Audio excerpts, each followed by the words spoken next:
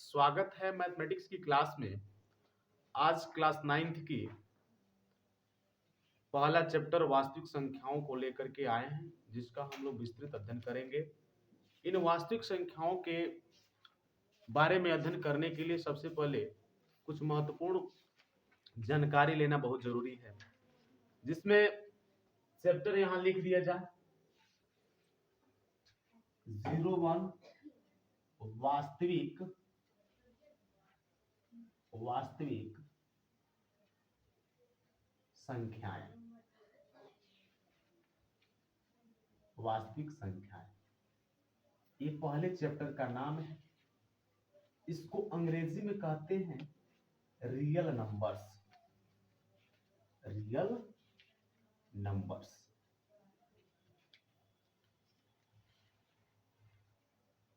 वास्तविक संख्याओं को पढ़ने से पहले हम क्या टाइप्स ऑफ नंबर्स, संख्याओं के प्रकार के बारे में अध्ययन करेंगे। संख्याओं के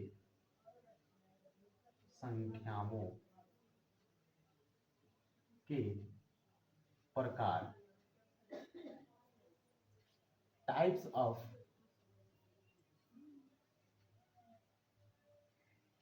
संख्याओं के प्रकार, टाइप ऑफ नंबर। संख्याओं के प्रकार, टाइप ऑफ नंबर्स। ये संख्याओं का प्रकार पहला टॉपिक है। इसमें संख्याओं का प्रकार, संख्याओं के प्रकार में पहला प्रकार हो जाएगा प्राकृतिक संख्याएं।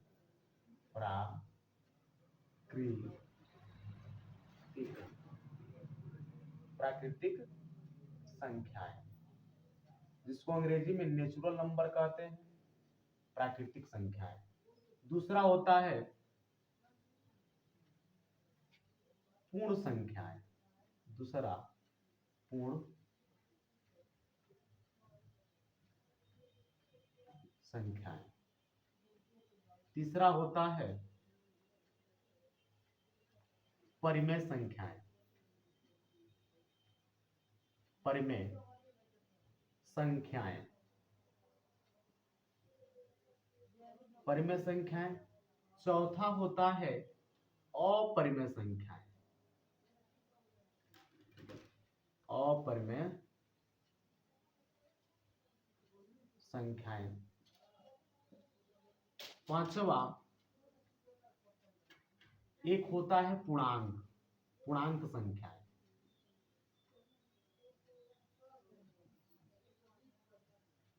पूर्णांक संख्याएं। और पूर्णांक संख्याओं के छठवां नंबर देखेंगे कि आ जाता है वास्तविक संख्याएं। वास्तविक संख्याएं। ये वास्तविक संख्याएं अगर मैनुअली देखा जाए तो इस चैप्टर को वास्तविक संख्याओं का अध्ययन करने के लिए सबसे पहले हम क्या करेंगे, इन सभी संख्याओं के बारे में बारी बारी से अध्ययन करेंगे। उसके बाद इसी से कुछ ऐसे प्रश्न हैं आपकी किताबों में जो कि बार बार पूछे जाते हैं और पूछे भी गए हैं, और उसके बारे में अध्ययन करेंगे। देखेंगे कि प्राकृतिक संख्या क्या होता है। प्राकृतिक संख्या एक 1 से लेकर इनफाइनाइट तक, 1 से लेकर इनफाइनाइट तक, 1 2 3 4 5 dot dot dot dot infinite, 1 से लेकर इनफाइनाइट तक के नंबरों का क्या होता है, एक सेट होता है, समुच्चय होता है। अर्थात एक जो होता है ना सबसे छोटा प्राकृतिक संख्या होता है। एक सबसे छोटा प्राकृतिक संख्या और सबसे बड़ा प्राकृतिक संख्या क्या होता है, अपरिभाषित होता है, या इसी को इनफाइनाइट कहते हैं। अर्थात सबसे बड़ा प्राकृतिक संख्या क्या संभव नहीं है। उसके बाद देखिए पूर्ण संख्या।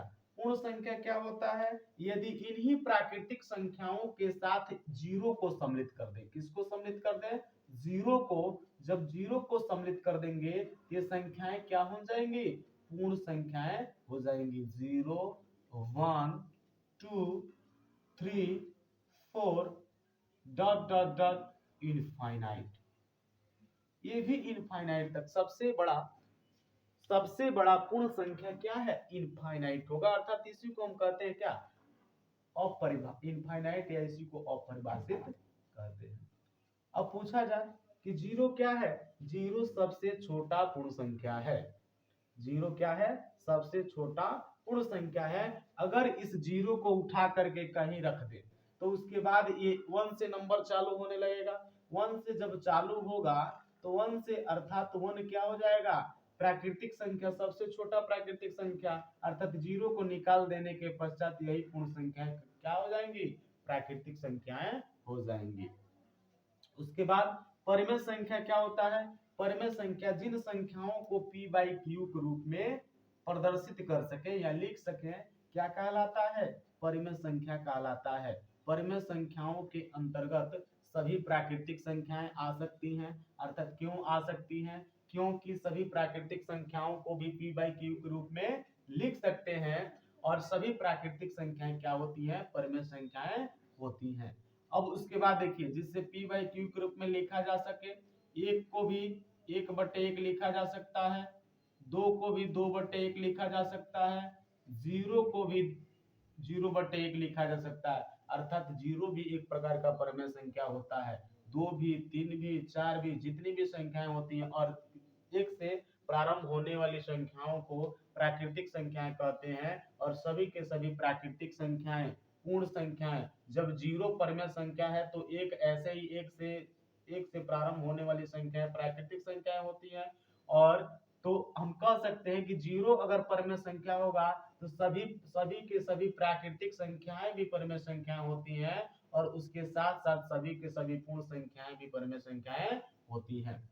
तो उसके बाद देखिए अपरिमेय संख्या, जिन संख्याओं को p बाई क्यू के रूप में लिखा नहीं जा सके अपरिमेय संख्याएं कहलाती हैं। जितने भी अभाज्य संख्याएं होती हैं जिसका रूट न निकले, अर्थात वो क्या, जिसका वर्गमूल हम निकाल नहीं सकते हैं, वो संख्याएं क्या कहलाती हैं, अपरिमेय संख्याएं कहलाती हैं। जैसे करनी में 2 क्या हो जाएगा, अपरिमेय संख्या हो जाएगा। क्यों होगा, क्योंकि इसको ये रूट से बाहर नंबर नहीं निकलेगा। और 2 सबसे छोटा क्या होता है, सम अभाज्य संख्या होता है। उसके बाद करनी में 3 हो गया, ये भी अपरिमेय संख्या होगा। करनी में 5 हो जाएगा, ये भी अपरिमेय संख्या हो गया।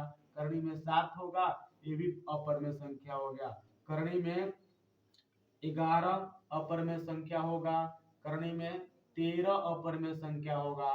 करनी में 17 अपरिमेय संख्या होगा। ये सभी के सभी अपरिमेय संख्याओं का दशमलव दशमलव प्रसार क्या होता है, दशमलव प्रसार अनौसानी अनावर्ती होता है।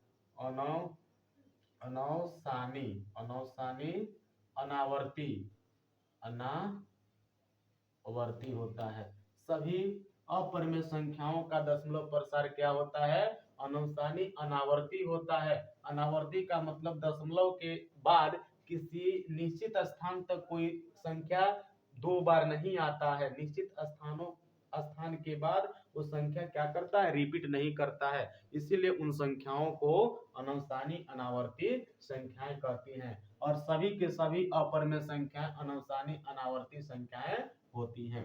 अब पूर्णांक के बारे में देखेंगे। पूर्णांक क्या होता है, सभी के सभी धनात्मक और ऋणात्मक जो संख्याएं होती हैं वो किसके अंतर्गत आती हैं, पूर्णांक के अंतर्गत आती है। Minus infinite dot dot dot dot, ये -1, -0, +1 डॉट डॉट डॉट, ये प्लस इनफाइनाइट। दाएं तरफ प्लस लिखने की कोई जरूरत नहीं होती है। अब यहां से देखेंगे माइनस इनफाइनाइट से लेकर प्लस इनफाइनाइट तक के संख्याओं के सेट को या समुच्चय को हम क्या कहते हैं, पूर्णांक कहते हैं। सबसे छोटा पूर्णांक संभव नहीं है और सबसे बड़ा पूर्णांक संभव नहीं है। और सबसे बीच वाला जो पूर्णांक होता है क्या होता है, शून्य होता है। शून्य के दाएं तरफ धनात्मक संख्याओं को लिखा जा सकता है और शून्य के बाएं तरफ ऋणात्मक संख्याओं को लिखा जाता है। उसके बाद देखिए वास्तविक संख्याएं। अब वास्तविक संख्याओं के बारे में अध्ययन करने के लिए सबसे पहले इन दोनों संख्याओं के बारे में जानना जरूरी है। और इन संख्याओं के बारे में हम जान चुके हैं। क्या जाने हैं कि परिमेय संख्याएं वो संख्याएं होती हैं जिसे p बाई क्यू के रूप में लिख सकते हैं और अपरिमेय संख्याएं क्या होती हैं जिसे p बाई क्यू के रूप में नहीं लिखा जा सकता है। अर्थात इन्हीं दोनों संख्याओं के सम्मिलित रूप को हम क्या कहते हैं, वास्तविक संख्या कहते हैं। अर्थात वास्तविक संख्या किससे मिलकर के बना होता है, परिमेय संख्या, परिमेय प्लस अपरिमेय, परिमेय तथा अपरिमेय संख्याओं से मिलकर बनने वाली संख्या को क्या कहते हैं, वास्तविक संख्या कहते हैं। तो वास्तविक संख्या यहाँ से आपके भूमिका से निकल जाता है कि आपके चैप्टर का नाम क्या है, वास्तविक संख्या है। यहीं से वास्तविक संख्याओं का हम लोग अध्ययन करेंगे। और वास्तविक संख्याएं क्या होती हैं, परिमेय और अपरिमेय संख्याओं के सम्मिलित रूप को हम क्या कहते हैं, वास्तविक संख्या कहते हैं। जैसे अगर हम यहाँ देखें 2 प्लस करने में 3 हो, ये वास्तविक संख्या का एक क्या है, उदाहरण है। कैसे वास्तविक संख्या कह सकते हैं, अगर केवल 2 के बारे में सोचा जाए तो 2 एक प्रकार का क्या है, प्राकृतिक संख्या है, नेचुरल नंबर है। और प्लस ये करने में 3 क्या है, अपरिमेय संख्या है। अर्थात 2 आप अभी पढ़े हैं कि सभी के सभी प्राकृतिक संख्याएं परिमेय संख्याएं होती हैं और सभी के सभी पूर्ण संख्याएं भी परिमेय संख्याएं होती हैं। अर्थात ये भी एक प्रकार का परिमेय है और एक करने में 3 है तो अपरिमेय है। दोनों मिलाकर के एक वास्तविक संख्या का निर्माण किए हैं। तो वास्तविक संख्याओं के अंतर्गत विभिन्न प्रकार की संख्याएं, परिमेय संख्याएं आ जाती हैं, अपरिमेय संख्याएं आ जाती हैं, पूर्ण संख्याएं भी आ जाती हैं, प्राकृतिक संख्याएं भी आ जाती हैं और अपरिमेय संख्याएं तो आती ही हैं। अब उसके बाद हम क्या करेंगे, कुछ प्रश्न ऐसे आता है, कुछ प्रश्न ऐसे है जैसे इसमें कुछ प्रश्न भी पूछा जाता है। अभी हम लोगों ने चर्चा किया है कि कुछ संख्याओं के प्रकार के बारे में और 19 संख्याओं के प्रकार से कुछ क्वेश्चन भी बनता है। प्रश्न पहला है कि नीचे दिए गए कथन सत्य है या असत्य, कारण के साथ अपने उत्तर दीजिए। इसमें पहला है प्रत्येक पूर्ण संख्या एक प्राकृतिक संख्या होती है, कारण के साथ आपको बताना है सत्य है या असत्य। दूसरा क्या होगा, प्रत्येक पूर्णांक एक परिमेय संख्या होती है कि नहीं होती है, प्रत्येक परिमेय संख्या एक पूर्णांक होती है। अब इसमें पहले का सॉल्यूशन क्या हो जाएगा, प्रत्येक पूर्ण संख्याएं एक प्राकृतिक संख्याएं नहीं हो सकती, यह असत्य है। क्या होगा, पहला असत्य है। अब असत्य है, उसके असत्य है उसके साथ हम क्या करेंगे, कारण लिखेंगे। क्योंकि अब देखिए क्योंकि बारे में समझने के लिए कंफ्यूज बच्चे हो जाते हैं कि आखिर ये क्या पूछ रहा है कि प्रत्येक पूर्ण संख्या। तो सबसे पहले पूर्ण संख्या पूछ रहा है तो यहां से हम क्या समझेंगे, पूर्ण संख्याओं को समझेंगे। पूर्ण संख्याएं अभी बताए हैं कि जो पूर्ण संख्याएं होती हैं किससे चालू होती हैं, 0 से। 0 1 2 3 4 5 डॉट डॉट डॉट इनफाइनाइट, ये पूर्ण संख्या हो गई। ठीक, उसके बाद इसी में पूछ रहा है प्राकृतिक संख्या होती है क्या, प्रत्येक कह रहा है कि प्रत्येक पूर्ण संख्याएं क्या प्राकृतिक संख्या हो सकती है, यहाँ अप्राकृतिक संख्या लिखेंगे। प्राकृतिक संख्या ये समझने के लिए है केवल प्राकृतिक संख्याएं। प्राकृतिक संख्याओं में आप जानते हैं कि 1 से चालू होती है, 2 3 4 5 डॉट डॉट डॉट इनफाइनाइट। आप ये बताइए क्या सभी के सभी पूर्ण संख्याओं को, प्रत्येक पूर्ण संख्या को प्राकृतिक संख्या कह सकते हैं, कभी नहीं कह सकते। क्यों नहीं कह सकते हैं, यहाँ देख रहे हैं कि 0 पहले से यहाँ है। जब 0 है तो इस 0 के कारण किस प्रत्येक पूर्ण संख्याओं को हम प्राकृतिक संख्या नहीं कह सकते। क्यों, क्योंकि पूर्ण संख्याओं में 0 सम्मिलित होता है और 0 प्राकृतिक संख्या नहीं होता है। क्योंकि पूर्ण संख्याओं में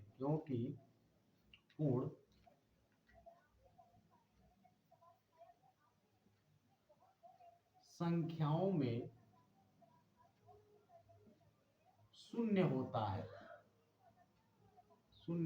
है तथा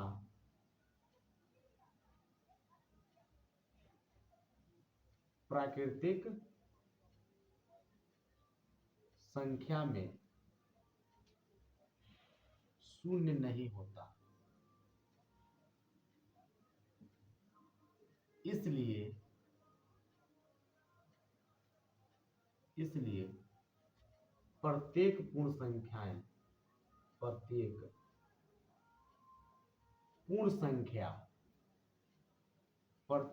संख्या प्राकृतिक संख्या नहीं हो सकती। प्राकृतिक संख्या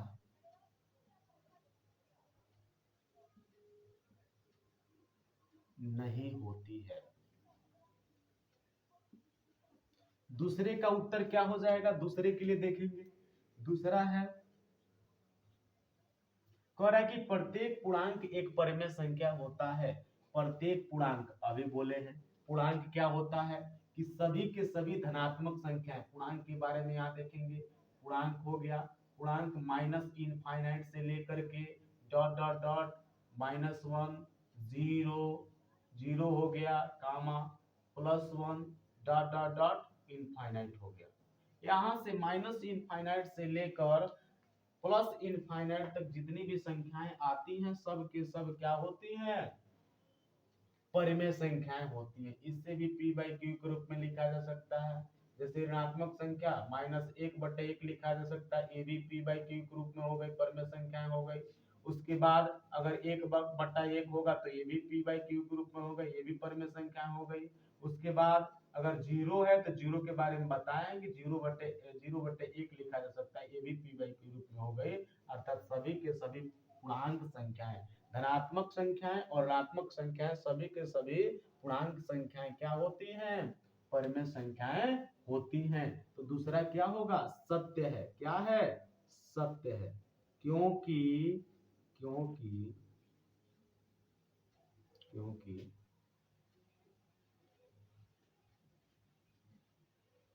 क्योंकि प्रत्येक पूर्णांक एक परिमेय संख्या होता है। प्रत्येक पूर्णांक, क्योंकि सत्य है, क्योंकि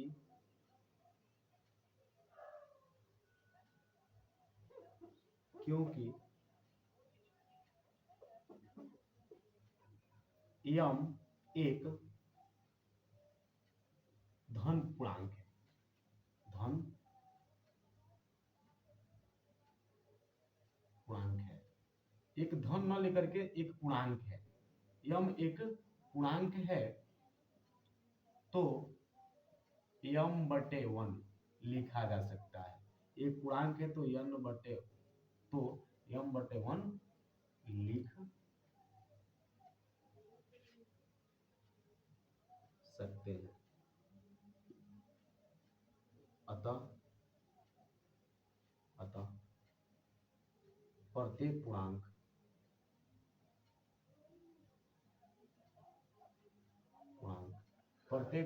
एक परिमेय संख्या होती है। उसके बाद तीसरा नंबर हो जाएगा। तीसरा क्या कह रहा है, तीसरा, प्रत्येक परिमेय संख्या एक पूर्णांक होता है।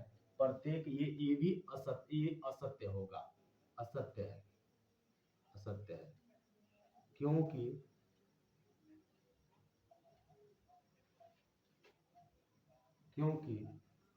कुछ संख्याएं ऐसी होती हैं, जैसे यहाँ प्रत्येक परिमेय संख्या, तो p/q के रूप में, जैसे मान लीजिए कुछ संख्या ऐसी 1/3 हो गया, 1/3 ये तो परिमेय संख्या हो जाएगा।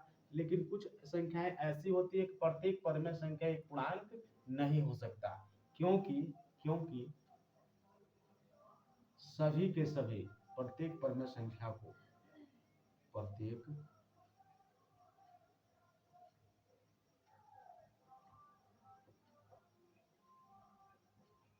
प्रत्येक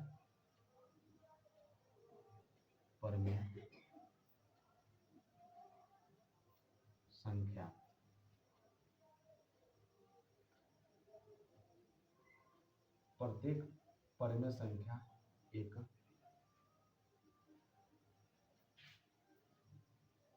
पूर्ण संख्या नहीं हो सकती।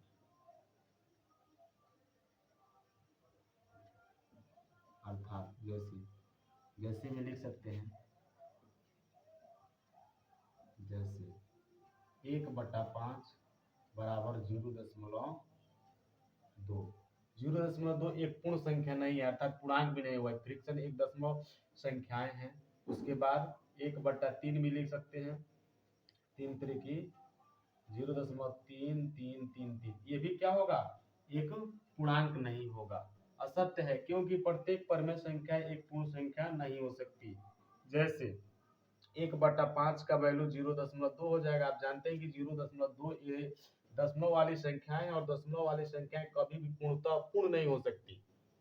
अब ये एक प्रश्न था, एक प्रश्न से ये तीनों के बारे में कारण बताना था, ये तीनों के बारे में कारण तो हो गया। अब इसके बाद कुछ ऐसे प्रश्न आते हैं जो जैसे पूछ देता है कि किन्हीं 1 और 2 के, जैसे किन्हीं दो संख्याओं के बीच में कोई 5 परमेय संख्याएं लिखी है। तो इस प्रकार के प्रश्न को ध्यान से आप इसको लिख लीजिएगा, इसमें अच्छे प्रश्न हैं, और इस तरह के सत्य और असत्य कारण सहित प्रश्न पूछे जाते हैं परीक्षाओं में। अच्छे से इसको नोट कर लीजिएगा कॉपी और कलम से। इसके बाद एक क्वेश्चन है,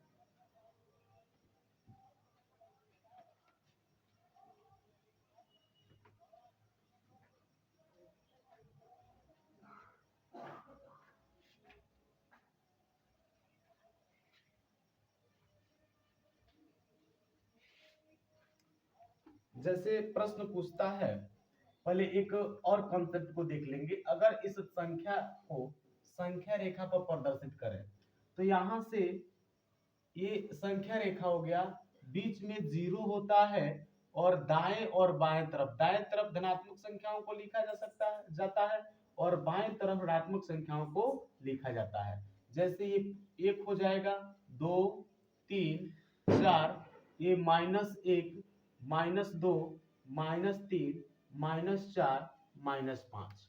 अब यहां से इतनी संख्याएं हो गई। अब देख सकते हैं कि ये पूर्णांकों का एक सेट है, पूर्णांक संख्याओं का, और पूर्णांक संख्याएं जो होती है धनात्मक भी होती हैं और ऋणात्मक भी होती हैं। तो इसके बारे में हम कुछ चर्चा करेंगे। तो आप देख सकते हैं कि 0 से दाएं तरफ संख्याएं हैं, ये सभी के सभी 0 को छोड़ करके दाएं तरफ जो संख्याएं हैं सभी के सभी प्राकृतिक संख्याएं हैं। यहाँ देख सकते हैं कि ये प्राकृतिक संख्याएं हैं, प्राकृतिक